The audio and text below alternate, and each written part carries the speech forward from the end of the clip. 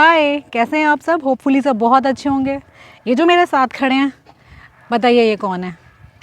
Funny question है ये है हमारे मिस्टर इंडियन हैकर। ये है इनकी गाड़ी जो है हमारी फॉर्च्यूनर, जो मेरी लव्ड है, बहुत लोगों की लव्ड कार है यार। इस गाड़ी पे तो यार बहुत लोगों की जान की रहती है ना। और एक चीज़ जो मैं हमेशा बोलती हूँ ना आपको कि बहुत ड्यूरेबल है, बहुत ड्यूरेबल है। हम लोगों ने तो क्या ही ड्यूरेबिलिटी चेक की होगी, जितने दिलराज कर चुके हैं इसकी ड्यूरेबिलिटी चेक, है ना। तो आज हम दिलराज से इस गाड़ी की सारी चीज़ों के ऊपर बात करेंगे। इतना ज़्यादा गाड़ी को तोड़ फोड़ के, इतने सारे एक्सपेरिमेंट्स के बाद कितनी इनकी मेंटेनेंस कॉस्ट आती है, कब इन्होंने खरीदी, क्या रीज़न था सिर्फ इसी गाड़ी को कंसिडर करने का। वन बाय वन सब स्टार्ट करते हैं। देखो सबसे मेन तो ये है, एक चीज़ मैं बोलना चाहूँगा, अगर किसी को फॉर्च्यूनर लेनी है ना तो 4x4 ही लो। 4x2 के अंदर फॉर्च्यूनर का मज़ा नहीं है। अगर आप हमारी तरह विलेज में या फिर इस साइड में रहते हो तो सिटी के अंदर तो फिर भी चलो चल जाता है। देखो 4x4 नहीं है तो फिर आप अगर मनाली जाना है या फिर किसी भी फॉरेस्ट वगैरह में ट्रिप करनी है, कोई एडवेंचर ट्रिप, तो आप सोचोगे यार कि इसको लेके जाऊं नहीं जाऊं, फंस गई उसका तो पर्पस ही खत्म हो जाता है। पर्पस ही खत्म हो जाता है। तो इसका सबसे मेन बात तो ये है कि घोड़ा है भाई, हम तो घोड़ा ही बुलाते हैं यहाँ पे। और 4x4 है तो कहीं पे भी डर नहीं लगता यार कि कहीं अटक जाएगी। डेजर्ट में भी हम इसे लेके गए, इसे हमने स्नो के अंदर भी चलाया और मड के अंदर भी चलाया। तो 4x4 का बहुत ज्यादा फायदा है, बहुत फायदा है। और सबसे मेन तो ये, अगर आपको 2x2 चलानी है तो ऑप्शन है 2x2 के अंदर चला। सीरियसली मैंने दिलराज अभी ना लेजेंडर 4x2 खरीदी पहले अपने भाई के लिए। अच्छा। तो हमें उस टाइम, क्योंकि वो 4x4 में आती नहीं थी, लेकिन वो लुक्स इतना अट्रैक्ट कर रहे थे कि यार खुश हो जाएगा वो। मैं बड़ा खुश होकर घर लेके गई तो वो कहता कि 4x2 है क्या? अच्छा, मैंने कहा हाँ, मेरा ठीक है। नहीं तो और उसको हमने फिर हिल्स में लेके गई, मैं शिमला लेके गई, घूमे। अच्छा। लिटरली जो बहुत हल्के हल्के से जर्क्स होते हैं ना, जिसमें लगता है गाड़ी चली जाएगी, वो गाड़ी वहां पर भी लैग कर रही थी, उस चढ़ ही नहीं पा रही है। अच्छा। तो एकदम ऐसा लगा कि यार इतना बड़ा हाथी लेके घूम रहे हैं और गाड़ी के अंदर जान नहीं है। तो बहुत जगह आपको लगता है कि अगर 4x4 जो गाड़ियाँ 4x4 के लिए बनी है, थैंक गॉड वो गाड़ी अब 4x4 में आ गई है। लेजेंडर 4x4 आ रही है। मैंने कर ली, चेंज कर लिया। 4x2 हनी को दे दी रीसेल में और इसको ले लिया। नहीं, मेन तो ये है कि आप 45 लाख के आसपास खर्च 50 यार, कहाँ 45, अब तो 50। जिस टाइम मैंने ली थी तो अराउंड इसी के आसपास था। अब तो जो रेटें में बढ़ गई होंगी।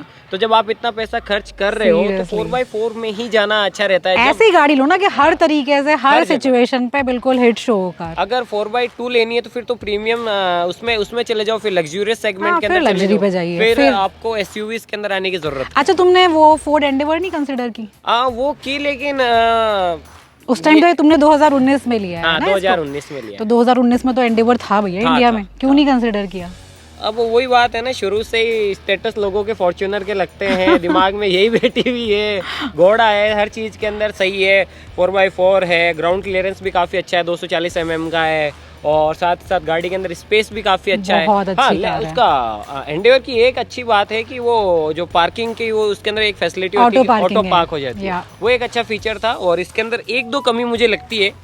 इसमें तो फीचर्स देने में पता नहीं टोयोटा रोती क्यों। थोड़े फीचर्स दे दो यार, इतने पैसे ले रहे हो। एक अभी तो सेंसर्स आ रहे हैं शायद, अभी वाले में सब है, अब सब कुछ है, लेकिन इस वाले में ये वाला मॉडल भी मेरे पास है, इसमें इन्होंने कुछ नहीं दिया। नहीं दिया, वो उस चीज की कमी थोड़ी सी महसूस होती है। एक जो साउंड सिस्टम है वो थोड़ा सा और इम्प्रूव में भी किया जा सकता था। इम्प्रूवमेंट का तो स्कोप है, वो लेजेंडर में किए हैं इन लोगों ने। लेकिन ये गाड़ी वैसे मैं बोलूंगी ना, जो आइकॉनिक फॉर्च्यूनर की इमेज है वो तो यही कार। आप सही कह रहे हैं।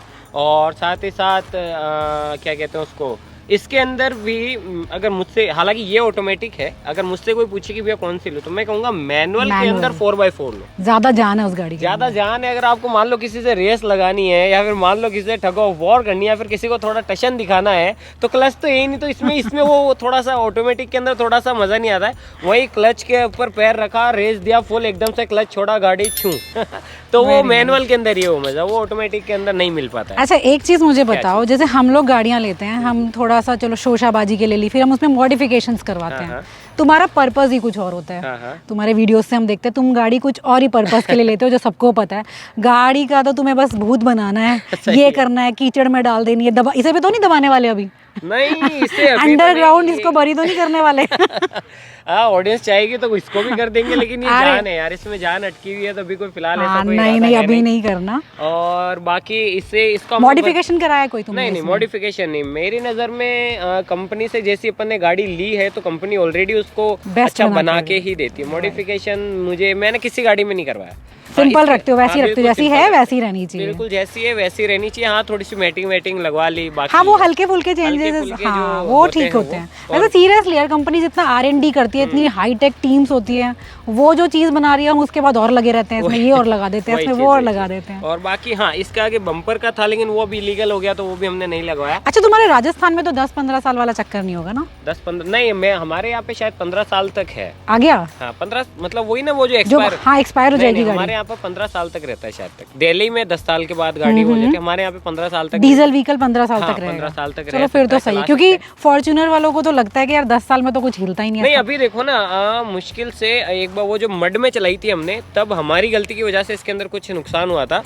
बाकी तो आज तक ना हम कभी मैकेनिक के पास लेके गए इसे, ना ही हमें कोई लगा यार कि ये कमी आ रही है, फिर ऐसा कुछ हो रहा है, कोई दिक्कत नहीं मुझे। अच्छा तुम इसे मड में लेके गए, गाड़ी फंसी भी होगी, गाड़ी ने पूरा जोर भी लगाया होगा। की वजह से फंस गई थी। थंबनेल के चक्कर में हमने क्या किया, गाड़ी को वहीं खड़ी कर दिया। अब एक जगह खड़ी कर देंगे तो वो दस्ती जाएगी तो वो क्या है अंदर बैठ गई। तो इसके जो मेन चेसिस थी वही, उसको ठीक कराने में कितना खर्चा आया तुम्हारा?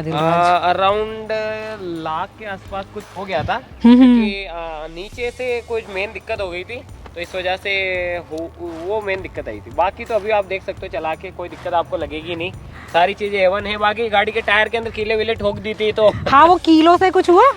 कीलो से कुछ नहीं हुआ, टायर वो चेंज हुआ टायर, और तो क्या दूसरा टायर लगवाया।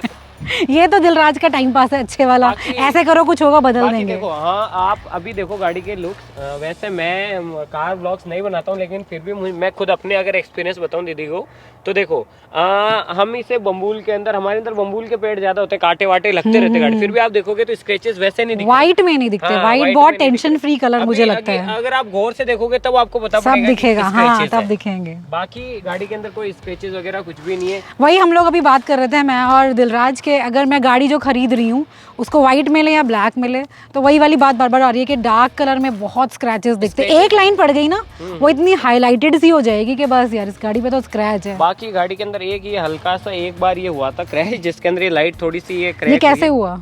ये हमारे इधर गाय भैंस होती है ना, तो गाय ने ऐसे मुंह दे दिया इसमें तो उसके सींग के लग गई। गाय को भी लगा होगा कि यार नहीं मेरे को टाइटेनियम आर्मी का पार्ट बनना है कुछ तो मैं भी करूँ इसके साथ। वो क्या है कि रोड क्रॉस कर रही थी, तो हमारे इधर क्या होता है कि गायें और भैंसें ऐसी होती है कि वो अगर अनजान पर्सन को देखती है या फिर अजनबी को देखती है तो वो चौकन्नी हो जाती है। अच्छा। और फिर वो एकदम से जैसे उसके अंदर आ जाती है सेफ्टी मोड के अंदर, आक्रामक मोड के अंदर। तो हमने गाड़ी रोक ली थी, लेकिन फिर भी उसने आते आते हल्का सा गाड़ी अब तो पहचान गई होंगी अब गाड़ी रोज घूमते हैं तो फैमिलियर हो गई, अब गाड़ी पहचान गई, अब कोई टक्कर नहीं। गाड़ी कितनी भी गंदी हो धोते ही नहीं, बिल्कुल हाँ बिल्कुल नहीं, ब्रांड न्यू धोई थी और सुबह और धोई तो भी देखो आपको बिल्कुल ऐसा लग रहा है बिल्कुल साफ सुथरी नीट एंड क्लीन कार। और मैंने इसको चला दी है लगभग कितना अराउंड ये 40,000 के आसपास चला दी मैंने। चला दी 40,000? 40 वैसे तो ज्यादा चलनी चाहिए, लेकिन वो क्या गाड़ियां ज्यादा है ना, तो बारी बारी सबकी बारी आती रहती है। तो और वैसे भी तुम गाड़ियां कम चलाते हो ना, कभी तुम ट्रैक्टर चला रहे होते हो, कभी तुम कुछ चला रहे होते हो। बोलेरो भी आई थिंक तुम्हारे वो खड़ी है, वो रही बोलेरो उसका, ये भी हमारी आइकॉनिक बोलेरो है जी। नहीं देखो मेन मैं क्यों कह रहा हूँ कि 4x4 ज्यादा सही रहती है, क्योंकि देखो बोलेरो और फॉर्च्यूनर करीब करीब गांव के हिसाब से और हमारी जो कंडीशंस है, हमारी जो रिक्वायरमेंट्स है उसके हिसाब से सही गाड़ी है। उसमें हमें एक ही चीज की कमी लगी, 4x4 की। अब जब फॉर्च्यूनर ले रहे हैं तब भी अगर अपन 4x2 ले रहे हैं तो फिर कोई सेंस ही नहीं है। इसीलिए लेनी हो तो 4x4, भले आप मैनुअल ले लो, भले ही हाँ मतलब आपको कॉस्ट कटिंग अगर लग रहा है कि प्राइस ज्यादा लग रहा है तो आप मैनुअल पे चले जाइए, लेकिन 4x4 पे कॉम्प्रोमाइज मत कीजिए अगर आप ये गाड़ी ले रहे हो तो। ये क्या मैं क्यों कह रहा हूँ, अगर कोई किसी गाड़ी के अंदर अपने को ऑप्शन मिल रहा है 4x4, तो थोड़े से पैसे ज्यादा लग रहे हैं, खर्च कर ही रहे हो तो एक बार 4x4 में ही करना चाहिए। क्योंकि हम इसे लगभग सभी सिचुएशंस में लेके गए। जैसे कि मैंने आपको बताया, बर्फ़ में हमने इसे चलाई, हमने मड में इसे चलाया, हमने रोड्स पे, कच्ची पक्की पहाड़ों पे हम इसे लेके जाते हैं। अगर 4x4 नहीं होती तो दिल दुखता कि यार कि नीचे खड़ी करके टेंशन फ्री कार हो गई ना तुम्हारी, तुम्हें जो तुम्हारा पर्पस भी है। जैसे हम लोगों के लिए हमें ही 4x4 लगता है, तुम्हें तो काम ही ऐसे करने हैं सारे, अभी खुराफाती काम करने हैं सारे। आधी टीम अगर हमें कहीं पे जाना होता है तो इसके अंदर आराम से बैठ के हम चले सब चले जाते हैं। वहीं स्पेस भी अच्छा है, पीछे 3 लोग बैठ जाते हैं, आगे भी 3 बैठ जाते हैं, यहाँ पे बीच के अंदर मिडिल में, और फिर आगे 2 जने, तो लगभग कितने 7 बंदे तो कंफर्टेबल, मतलब बहुत आराम से बैठ के जाते हैं। और ये सीट्स भी इसकी कंफर्टेबल है, मुझे कभी लॉन्ग जर्नी पे इसमें थकावट नहीं हुई है ना, काफी स्पेस भी अच्छा है। हाँ। बाकी चार्जिंग की और थोड़े से और जो कुछ चीजें और इम्प्रूव की जा सकती है, मे भी नई फॉर्च्यूनर के अंदर हो जाएगी वो चीज़। पहले ना दिलराज, ये लोग टोयोटा कहती थी कि हमारा जो व्हीकल है, हमारी जो Fortuner, it is no nonsense feature car. अच्छा। वो नॉनसेंस फीचर कहते हैं कि तुम फालतू की चीजें, लोग कहते हैं कि भैया 50 लाख की गाड़ी है, आपने सनरूफ नहीं दिया। वो कह रहे हैं कि भैया सनरूफ से हमारी सेफ्टी पे फर्क पड़ता है। तो बहुत सारी चीजें उनको कहते हैं ये नॉनसेंस फीचर्स नहीं देंगे कि अगर आपकी गाड़ी खराब हो गई या वो चीजें खराब हो गई तो उनका मेंटेनेंस बहुत हाई है। तो हम आपके पैसे बचा रहे हैं। हाँ, ये बात भी सही है। लेकिन क्या पैसे बचाए, दोस्त गाड़ी 50 लाख की कर दी है पहले ही। वो मार्केटिंग वो होती है, वो खैर उनका वो जाने, अपने को तो पसंद है, कोई दिक्कत नहीं है। बस हाँ, कुछ चार्जिंग वार्जिंग के कुछ फीचर्स मिल जाते हैं तो थोड़ा फोन थोड़ा बढ़िया रहता है। हाँ सही है, कई चीजें मिस करते हैं इसके अंदर।